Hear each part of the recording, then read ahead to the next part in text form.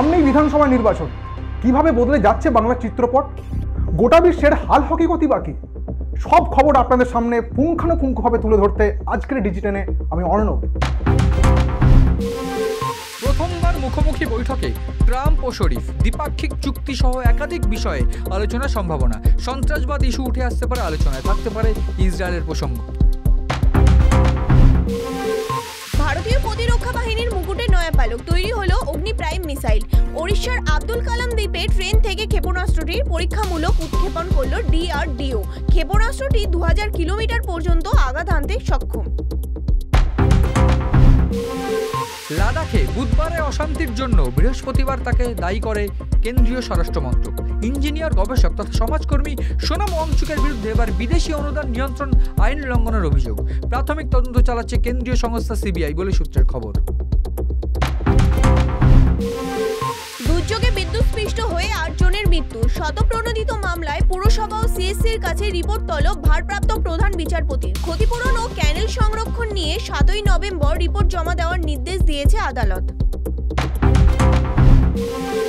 প্যান্ডেলের থিম ছিল অপারেশন সিঁদুর, কিন্তু বাদশাহ প্রশাসন দক্ষিণ 24 পরগনার সাগরের চক ফুলডুবি সর্বজনীন দুর্গোৎসবের থিমের মণ্ডপ খুলে ফেলা হয়েছে।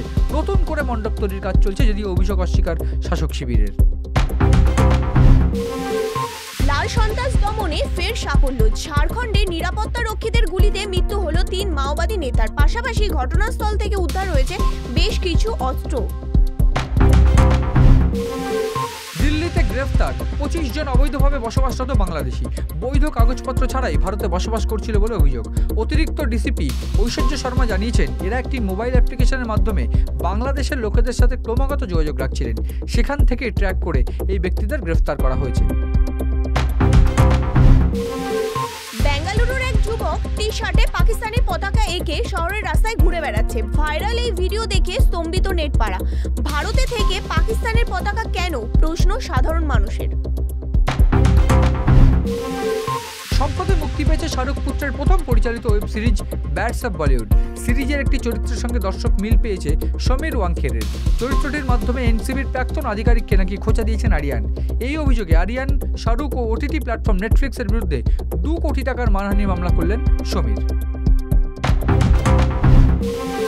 পঞ্চমীতে বাড়বে বৃষ্টি। আগামী 5 থেকে 7 দিন বিক্ষিপ্তভাবে বজ্রবিদ্যুৎ সহ বৃষ্টির সম্ভাবনা দক্ষিণবঙ্গে। 9 থেকে 10 জেলায় বজ্রবিদ্যুৎ সহ বৃষ্টির পূর্বাভাস আলিপুর আবহাওয়া দফতরে। এদিকে অষ্টমীতেও আরও একটি ঘূর্ণাবর্ত ঘনাচ্ছে বঙ্গোপসাগরে। ভাসতে পারে বাংলা। আজকের ডিজিটেন এখানেই শেষ। অন্যান্য প্রতিবেদনের জন্য চোখ রাখুন অবশ্যই CN ডিজিটাল।